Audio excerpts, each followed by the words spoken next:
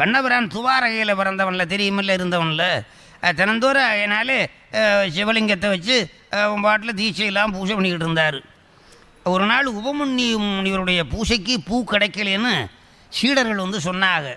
அப்படி சொன்னபோது என்ன பண்ணார், அந்த கண்ணன் பூஜை பண்ணிட்டு போட்டிருக்கா யமுனா நதி கரையில் கண்ணன் பூஜை பண்ணிட்டு போட்டிருக்கான் பூவை, அதை போய் வாரிக்கிட்டு வாங்க, அதை வச்சு பூஜை பண்ணலாம்னார். அதை போய் சீடர்கள் அந்த பூவை எடுத்தாங்க.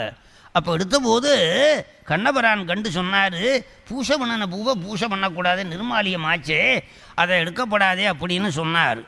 அதுக்கு அந்த சீடர்கள் சொன்னாங்க, எங்கள் குருநாதர் கொண்டு வர சொன்னார், நீங்கள் வந்து குருநாதரை கேட்டுங்கன்னார். உடனே கண்ணபிரான் நேராக நீ போய் நமஸ்காரத்தை பண்ணி, இந்த மாதிரி பூஜை பண்ணின பூ நிர்மாலியமாச்சு, அதை நீங்கள் பூஜை பண்ணலாமான்னு கேட்டார். அதுக்கு அவர் கேட்டார், ஓமன்னியே நீ தீட்சை வாங்கியிருக்கிறியான்னு கேட்டார். இல்லைன்னாரு. அப்போ நீ பண்ணது பூஜை பண்ணது நிர்மாலியம் ஆகாதுன்ட்டார், சிவனுக்கிட்ட சேராது அப்படின்னு சொன்ன உடனே, அடாடா இந்த உண்மை எனக்கு தெரியாமல் போச்சேன்னு பதறி விழுந்து நமஸ்காரத்தை பண்ணி சிவதீட்சை கண்ணபிரான் உபமன்னி மகரிஷி வியாக்கரபாதருடைய புத்திரன் உபமன்னி அவர்கிட்ட தீட்சை வாங்கி அப்புறம் பூஜை பண்ணான் கண்ணன். நல்லா விளங்குதா கண்ணபிரான் உபமன்னியினிடத்திலே தீட்சை வாங்கி பூஜை பண்ணான்.